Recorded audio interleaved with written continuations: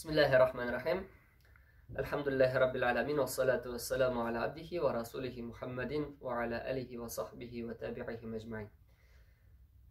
Şuşu vakitlardan soň Rasulullah sallallahu aleyhi ve sellem mene aytila bitinde Hadişe anabız radıyallahu anha ölüp gite Ramazan ayında hem de Şevval ayında Peygamberimiz sallallahu aleyhi ve sellem Sauda bint Zamğa degan müminay bilen nikahlaşa.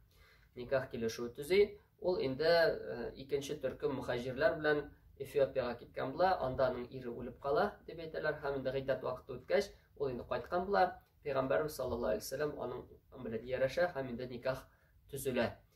Ondan soň şuluk yılını şuşuk ayda, Şevval ayında Rasulullah sallallahu aleyhi ve sellem özünün irikке jiberilgen kulu Zeyd ibn Harisa bilen radıyallahu anhu bilen Jiyov Taif şehirine yol tutalar. Bunda kitap tüzüşçiler, Peygamber sallallahu aleyhi ve sellem'nin sirasını tasvirlavçılar şuşa nege asızlıklap gittiler. Peygamber sallallahu aleyhi ve sellem'nin Jiyov çıkıp gittiği de, anda da hikmet vardı. Biz аңа бик ихтибар etmiyoruz sınıfta. Jiyov ütken. Bulay qarasan ol bitinde 60 mil kelip çığa.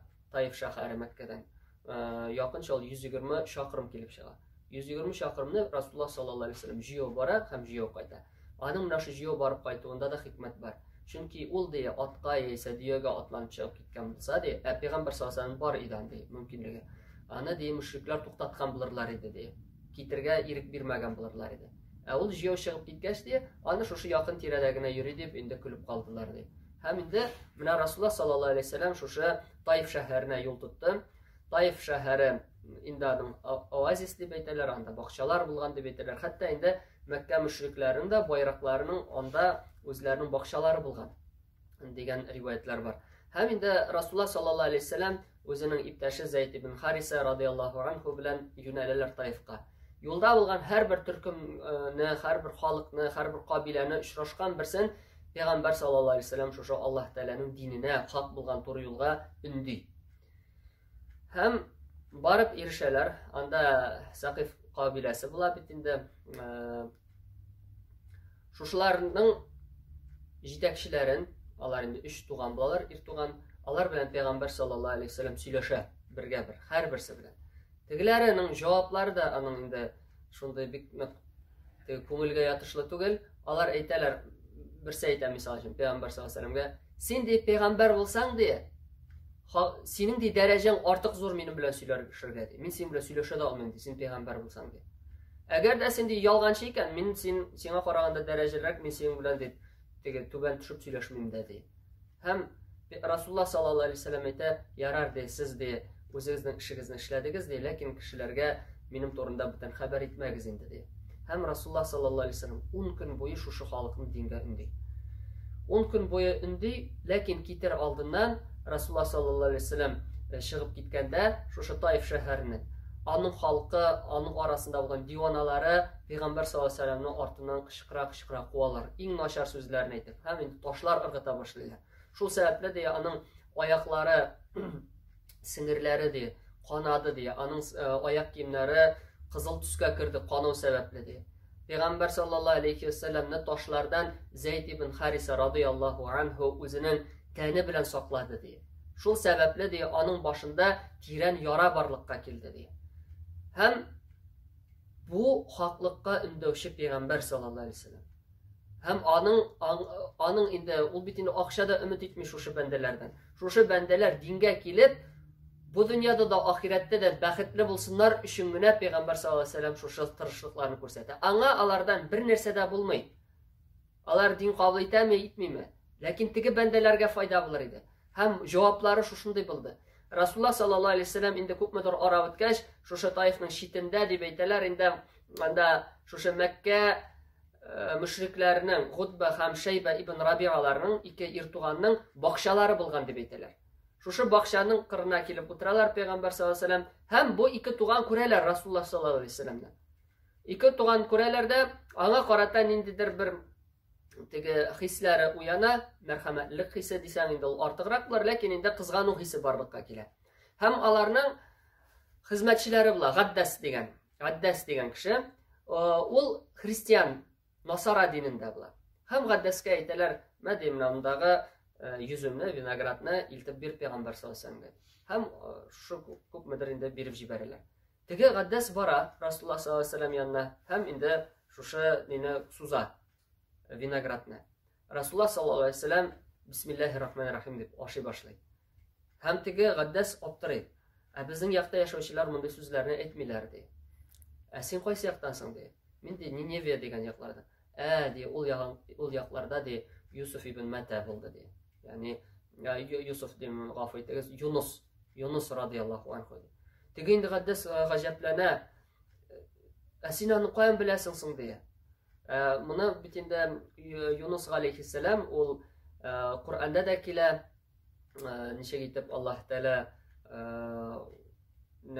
теге ул халкын дингә инди, ләкин дә халкын ташлап китә. Аны инде зур балык юта, кит дип әйтәләр бит инде. Аннан соң аны чыгарып ташлый, ул тәүбә итә, кире халкына кайта, һәм халкы аның инде бөтен көе ислам динен кабул итә дип әйтелә. Һәм Юнус турында Пәйгамбәр саллаллаһу алейһи вәсәлләм әйтә, ул минем туганым бит ди. Ул да пәйгамбәр, мин дә пәйгамбәр ди. Һәм теге Гаддас Пәйгамбәр саллаллаһу алейһи вәсәлләмгә инде шул хәтле теге үзенең хөрмәтен күрсәтә башлый. Хуҗалары кырына әйләнеп кайткач та мин ди кешеләрнең иң яхшысы кырыннан килдем ди. Ул дип пәйгамбәр дип әйтә. Һәм инде галимнәр әйтәләр, Гаддасның ди мусульман булуында бернинди шик тә юк ди, чөнки ул пәйгамбәр саллаллаһу алейһи вәсәлләмне кабул итте ди. Әти Гутба һәм Шәйбә ибн Рабигалар әйтәләр, синең динең яхшырак дип. Теге аңа ышанма дигән мәгънәдә. Соңыннан пәйгамбәр саллаллаһу алейһи вәсәлләм мәшһүр дугасын кыла. Анда инде Аллаһ Тәаләгә ул мөрәҗәгать итә. Әгәр дә хата миннән икән ди. Миндә булса, миңа шушы төзәлергә ярдәм ит дигән мәгънәдә һәм инде барыбер эй Раббым миңа хәерле җиңеллекләр бирсәң, миңа җиңелрәк булыр иде дип Пәйгамбәр саллаллаһу алейһи вәсәлләм мөрәҗәгать итә Аллаһ Раббыбызга.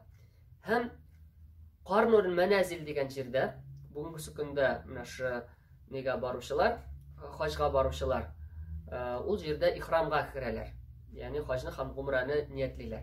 Карнул Маназил дигән җирдә ике фәрештә килеп Пәйгамбәр саллаллаһу алейһи вәсәлләм белән очраша. Бу Җәбраил алейһиссалам иде һәм тау фәрештәсе иде. Һәм сәлам биргәч, Расулуллаһ саллаллаһу алейһи вәсәлләмгә тау фәрештәсе әйтә: "Эй Мөхәммәд ди, синең бер сүзең җитә ди, мин шушы халыкка ди тауларны каплыйм ди, юкка чыгарам, сине куып чыгарганнар өчен." Монда инде кайбер китапларда әйтә Мәккә әһелләренә дип әйтелә. Кайбер китапларда әйтелә Таиф әһелләренә дип. Әлбәттә Аллаһ Тәала белүче. Бер караганда Мәккәдә дә таулар бар, һәм Мәккә әһелләре куып чыгардылар Пәйгамбәр саллаллаһу алейһи вәсәлләмне. Икенче караганда Таифта да таулар бар, һәм инде аның да әһелләре Пәйгамбәр саллаллаһу алейһи вәсәлләм белән иң начар мугамәлә кылдылар һәм аны куып чыгардылар. Һәм менә монда Пәйгамбәр саллаллаһу алейһи вәсәлләмнең җавабына игътибар итәргә кирәк. Менә беренче менә игътибар итәргә кирәк. Ул хаклык белән килде, кешеләрне дингә өндәде. Кешеләр бәхетле булсыннар өчен бер нәрсә сорамыйча аларны дингә өндәде һәм алар аны куып чыгардылар, аны җәрәхәтләделәр.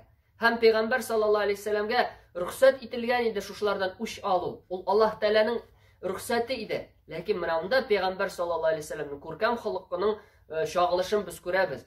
Пәйгамбәр саллаллаһу алейһи вәсәлләмнең җавабында ул әйтә: "Юк" ди. Мин шушы халыктан фақат бер Аллаһ Тәаләгә генә гыйбадат кылучы кешеләр булнар туыр дип өметләнәм ди. Менә бу Пәйгамбәр саллаллаһу алейһи вәсәлләм. Бу аның менә шушы кечкенә вакытында йөрәге чистартылуының нәтиҗәсен күрәбез без. Бездә бөтенебездә дә ниндидер бер мәкер бар. Безнең үч итәсебез килә, һәрбер бәндәдә ул бар, юк дип әйтеп булмый. Ләкин Пәйгамбәр саллаллаһу алейһи вәсәлләмдә юк иде. Ул шушы хәтта инде ул башка сахабаларга да сөйләгәндә, минем ди һаманда күз алдымда тора шундый бер пәйгамбәр ди, аны халкы ди кыйнады ди, аның каны агайды ди. Ул дуа кылды: "Эй Раббым, минем кавымымны гафу итсәң иде" ди. Чөнки алар белмичә шулай эшлиләр ди. Һәм Пәйгамбәр саллаллаһу алейһи вәсәлләм үзенең мисалы белән күрсәтте, начарлыкка яхшылык белән җавап бирергә кирәк икәнлеген. Инде Аллаһ Раббыбыз һәр барчаларыбызга да ныклы иман, тәүфыйк, һидаят, истиқамәтләрне насыйп итсен, ике дөнья бәхетләренә яшәргә насыйп итсен.